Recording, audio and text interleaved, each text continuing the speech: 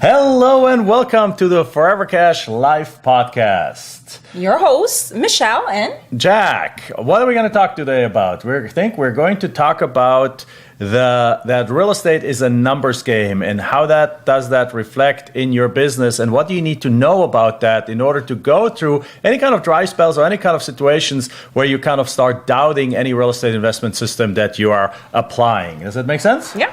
All right. We'll see you right when we get started. Welcome to the Forever Cash Life Real Estate Investing Podcast with your hosts, Jack and Michelle Bosch. Together, let's uncover the secrets to building true wealth through real estate and living a purpose-driven life. Hi, we're back. All right. We are back and we're like, okay, let's talk about that. So, Michelle, when we say real estate is a numbers game, what does that mean to you?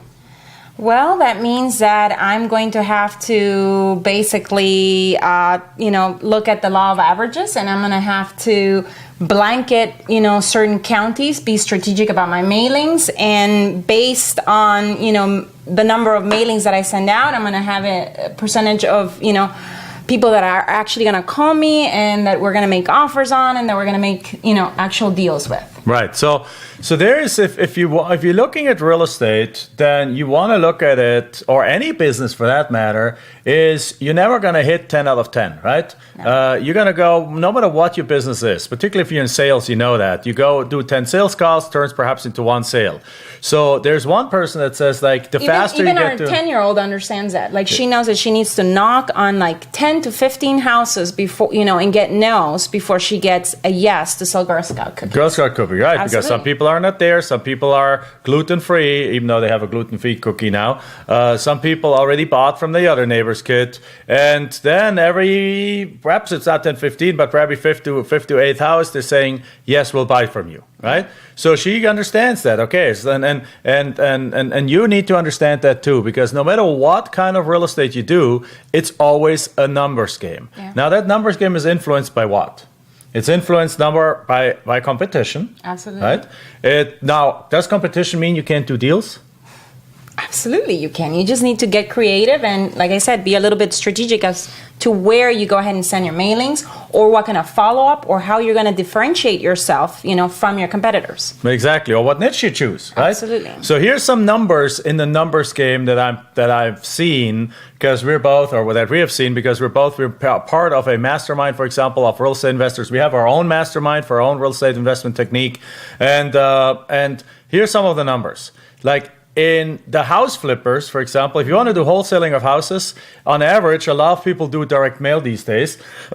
And the house flippers, on average, have to send 7,000 mail pieces before they get one house.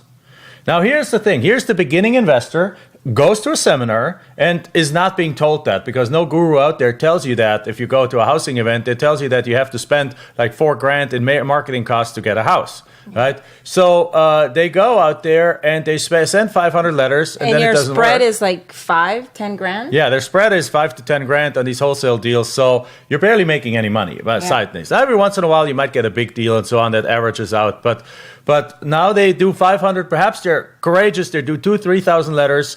And what's their chances of getting a deal? Well, if on average they have to send out 7,000 and they send out 3,500 on the high side, their average is like, it's a 50% chance. It's a coin flip whether or not they're going to get a deal, right? So at the same time, in the apartment complex side, we're buying apartment complexes too.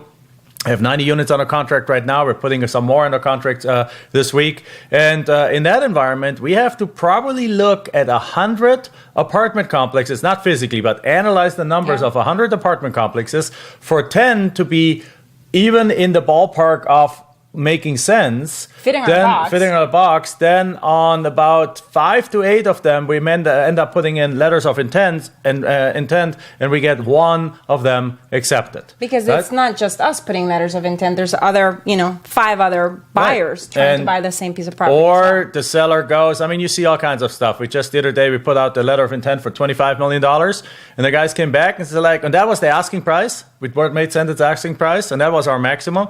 And then after it's like, if you have to offer the asking price, and they told us, at this price, you'll get it. So he's like, okay, let's not play around. We put a $25 million offer in, and guess what? Now they want 27. And so we said no. And so on and so forth. But then we got other deals that we're putting on a contract right now. So knock on wood, right? And and then our land flipping and our real estate land flipping area, the numbers are completely different. One of the numbers there is our student gets about a deal. We also do direct mail for every 300 to 500 letters they send out. Now, isn't that better? And the spreads are, by the way, the same if you do it the right way. So they're doing, by the way, you can find out more about that by going to jackbosch.com/land. And we'll put it in the show notes and we'll put it below this video where you can go to find more about that. Yep. But even there, people are complaining that they send out, let's say, 1,000 letters or 1,500 letters, and sometimes they don't yet have a deal. Somebody just recently basically posted that they have sent out 3,000 letters and they didn't get a deal yet. Now, why is that, Michelle? They must be in a very competitive county, and I hope that they didn't spend all 3,000 on that one county, but it's spread around, 3 to 5 counties. Absolutely. So here's you can actually find which are the counties that are going to be working for you, and then on those you go deep. Right. So the way what we do is with the land flipping is very simple. We talked about it in another podcast already. We're focusing on the below $100,000 pieces of land, and usually in the outskirts of town. Like that's one of our major markets where we go buy out in the outskirts of bigger cities. Well, what happens is that our way that we recommend is that when you get started is you pick multiple counties and send like 500 letters each to them to see which one respond well. Well, it might be that if you pick 5 counties, 3 of them don't give you any results and 2 of them do. But there's something they called the law of averages and the law of the large number. And the law of the large number is really what comes into place here that people constantly forget.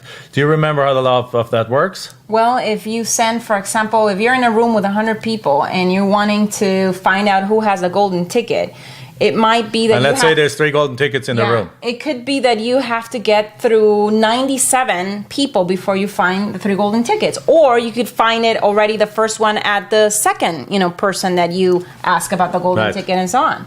Exactly. So the thing is exactly that's the key. So unless you get to a critical number of the law of large numbers, that basically says that if there is a deal for every 300, let's say every 400 letters that you send out, you can't automatically expect that if you send out 400 letters, there's going to be a deal in there. Mm-hmm. Because you might have to send 4,000 letters, and all of a sudden you get nothing for the first 2,500 or 2,000 or 3,000. In the last 1,000, there is 10 deals in there. Yeah. As a matter of fact, one of our students, Marcus, it happened to him.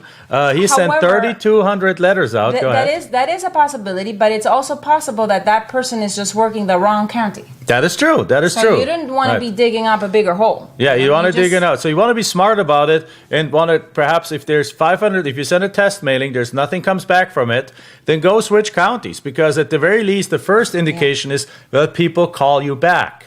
So when people call you back, you know that there's interest. And in a county where nobody calls you back, well, go move to another county, right? So go move to another county. But finishing that thing, what happened to him is he sent 3,200 letters out, 0 deals. Then he sent out another 1,000 or 2,000 letters out, and he has 24 deals under contract. So now look at that. That's about 6,000, let's say 6,000 total letters sent out, 24 deals. What's the average?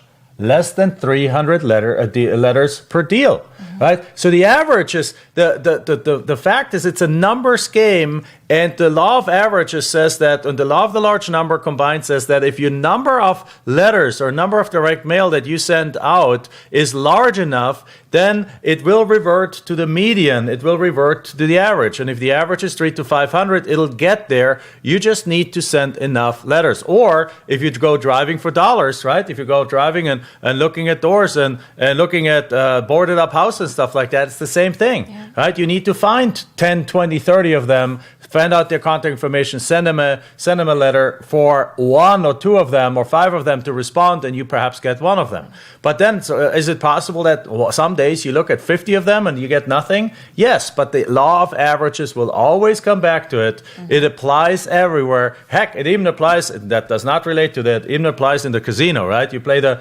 50-50 or the coin toss, like the 50-50. You flip the coin and it's 5 times heads in a row, and you're like, what's going on? Well, you flip the coin 1,000 times, and I guarantee you it's not going to be 1,000 times head. It's going to be 495 times head and 505 times tail, or the other way around, or it's very close to averages already. Yeah. That's really the truly thing. And if you understand that, that actually applies to anywhere in business. Yeah, pretty much. Doesn't it? Yeah, absolutely. It applies everywhere. So keep that in mind. And here's now the key thing.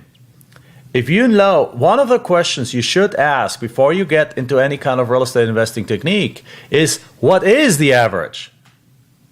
Because do you want to send out 7,000 mail pieces to get a house and make 5 to 10 grand? Or you want to analyze 100 apartment complexes, have to raise $3 million, have to go through all this mega complicated process, which the only reason we do it because we have been in real estate for 15 years. We have gained the confidence, gained the capabilities, gained the network to be able to do this now. Yeah. Or do you want to make $10,000, $15,000, $20,000 a deal by only, on average, sending out 300 to 500 letters? So you choose which is the biggest bang for the buck. And to us, it's pretty obvious, right? It's the land. And in another way, it's the apartment complexes. We'll talk about that a little bit more in future podcasts. But the land and the lots is the simplification. It's the simplest because you get the same result, the same profits, but with much, much less effort. But you got to understand that you can't count on the first deal coming in with the first 100 letters. Mm-hmm. You got to go for some volume. And if you understand that... Although it could. It could. Of course it could. Yeah. I mean, we have people who send out 10 letters and make $57,000, right? I mean, but that's... The same law of averages means that with the golden tickets, you have 3 golden tickets in a room of 100 people. They could be, if you ask who has the golden ticket, or if you go the front row, everyone has a golden ticket. Get up, stand up, right? Yeah. There might be all 3 golden tickets in the front row, and you're done, right? And boom, I got my deals. But the chances are, somebody who hits it in the first 10, at some point of time, they're also going to hit a dry spell, and the average is going to revert back to the law of averages. Yeah. Right?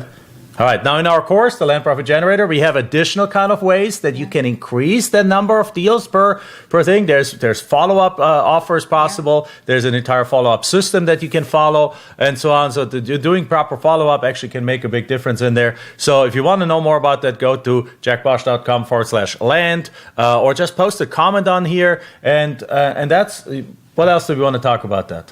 No, but just in general. I mean, any business will have competition. So, yes, all competition. Let's talk about the competition factor. It's a non-issue. You just, like I said earlier, you just have to be creative. You have to be strategic about where you're mailing. Like I was telling Jack, about a post that we had in one of our groups yesterday. I'm like, people just need to understand that, welcome to business, welcome to entrepreneurship. When you do face competition, and now it's time, once you've come across it, to put on your big boy and big girl panties and go out there and make some money, create value, and just keep going. I love it. I mean, it's exactly right. So there's competition. Again, that's the other question you want to ask. How much competition is in the market? Houses right now have a tremendous amount of competition. And is there some competition in the land and lot world? Sure. Yeah. If you're going to where everyone else goes, then sure, there's some. All the counties that have everything easily available, because they super technologically advanced and all lists are available. They're available to you, and they're available to all your competitors. Right. Counties that are less, advanced technologically, where you actually have to work a little bit to get the list. Oh my God, you have to work? Oh my God, yeah. Oh my God.